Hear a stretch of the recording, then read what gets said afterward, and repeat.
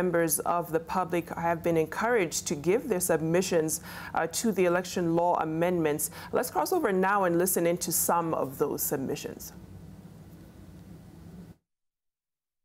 These committees especially to consider reviewing the draft ICT policy 2016, which anchors all these laws, and to enhance growth in the privacy and data protection, so that the data collected by IEBC can actually be secure in this country. We would also like to recommend that the committees also consider the Computer and Cyber Crimes Bill 2017 that will guarantee and endeavor personal information is collected in Kenya and security information stay in this country. KIPTANET will continue to present to Parliament proposals on reforms, and we will be available anytime that you need us. I now therefore turn this opportunity to my colleague Ali Hussein, who will give specific recommendations onto the clauses that pertain to technology and our proposals. Thank you. Hussein, you will have 2 minutes remaining. Since we have the write-up, kindly maybe you can direct your comments to the areas you really feel that you need to touch here. Okay. Thank you. Good morning, members of the public and honorable members. I would like to emphasize a number of points. Number one, to just emphasize that let us not blame technology for failures of human beings.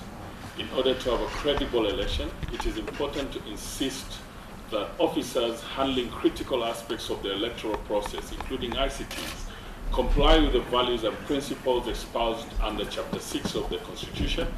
Officers who violate electoral laws should be held to account and charged where culpable for the commission of electoral offenses.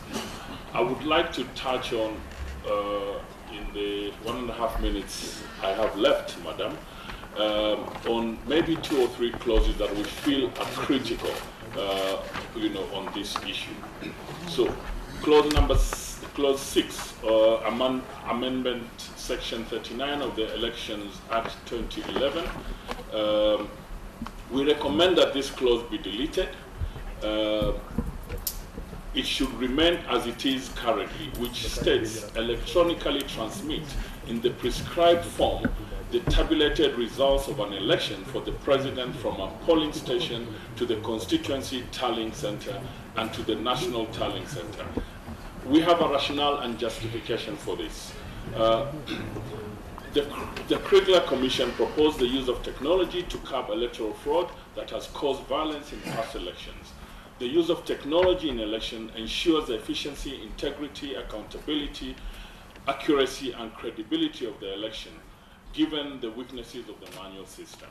A better approach would be to fortify the existing electronic transmission process by ensuring that all transmitted results, image or text, have a unique ID and can be traced to the officer, the specific device, prescribed form, location, time, and date they were entered. The goodness about technology, as opposed to human beings, technology can be 150% accountable. Also, penalties for officers who manipulate or willfully enter and transmit wrong results in the kits should be introduced. Mr. Chair and Madam Chair, we have a long list, but you have the list. There is one last issue that we want to raise. And this issue is basically, we want to propose to insert a new clause. And this clause is storage of information. KIPTANET proposes the following text. The Commission shall ensure that information collected during voter registration, voting and transmission of results is processed and stored in Kenya.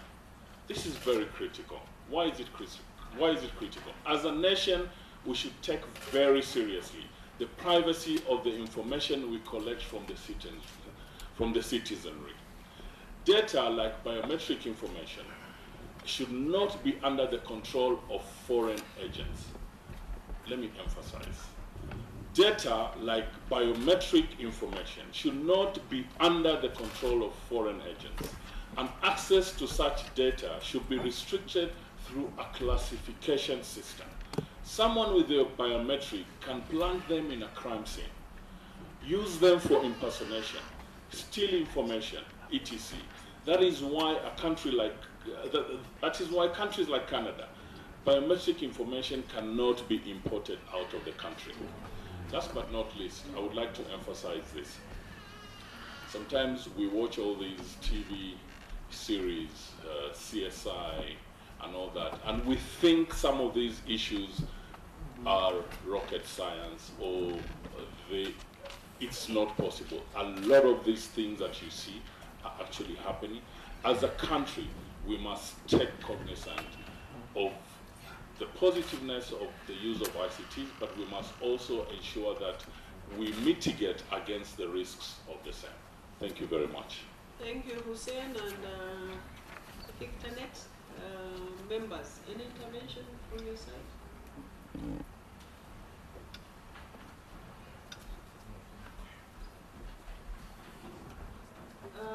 Hussein, I think he's already given us his name. You said you're Ali Hussein.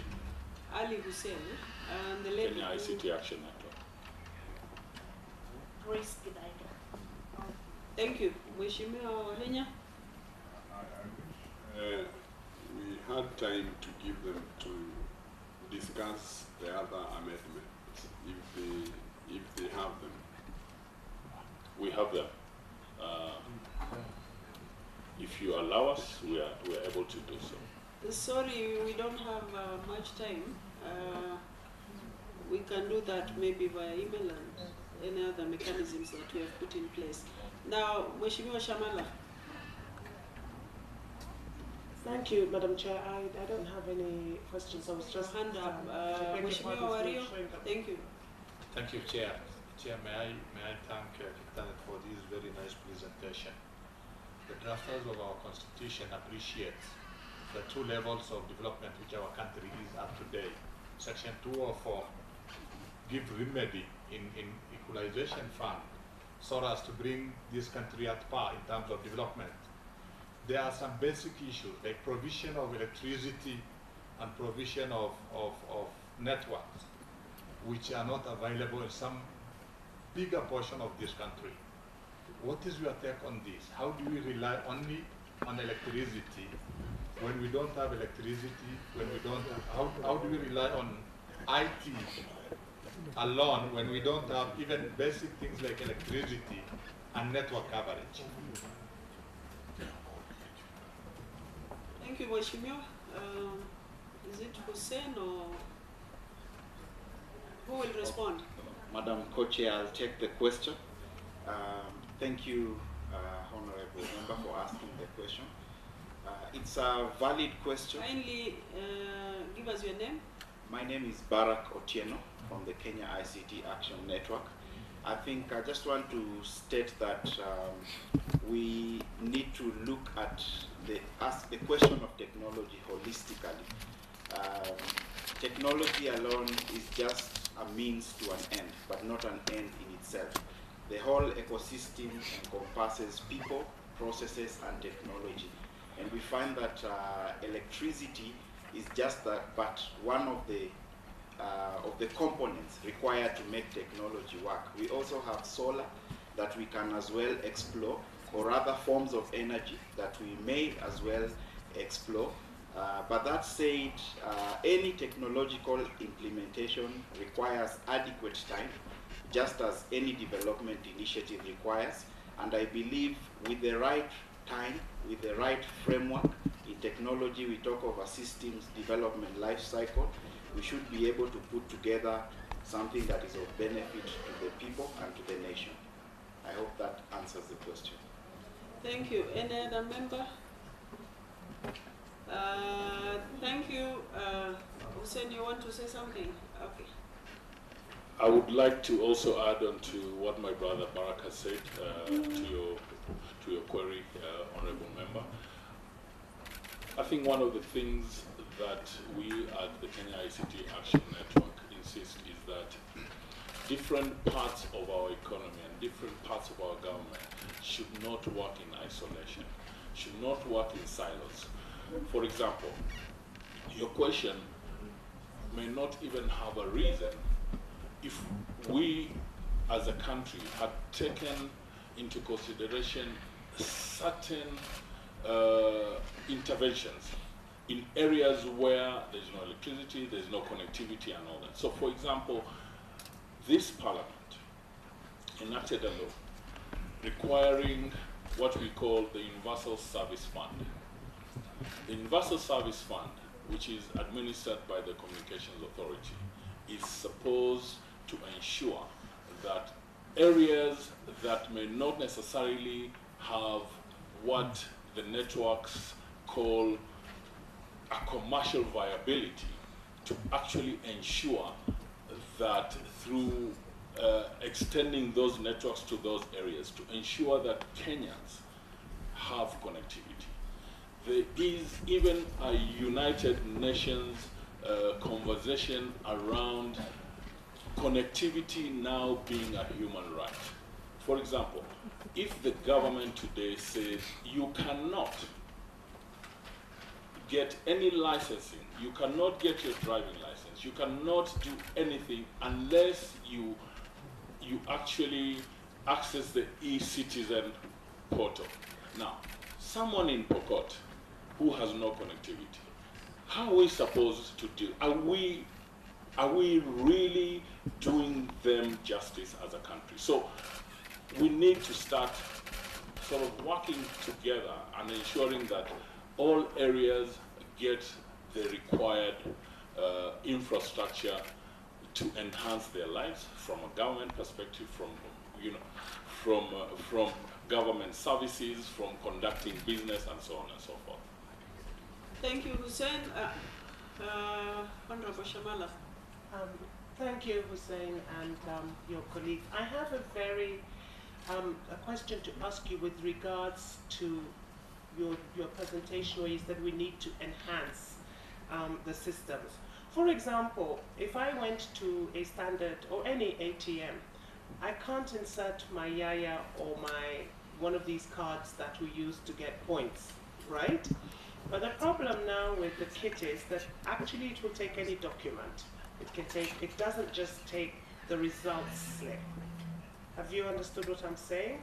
The challenge with that kit, I took you to understand when you presented that a form must be designed in that it can be only that form that would then accept that the kit would then accept. So it can't just take any paper, any falsified document. Are we on the same page with regards to that particular area? So there must be an enhancement, a security feature in the what we call the Form 34A, or the form that needs to be transmitted via technology, which must be a refined form that can only, or with security details, so that no other form, no picture, because if you understand what happened, photos were being taken by mistake, or they were sending different forms. Is that what we're saying? Are we in agreement that it's human beings who create technology, so they still are superior to technology? I think we're in agreement on that. Thank you, Hussein. And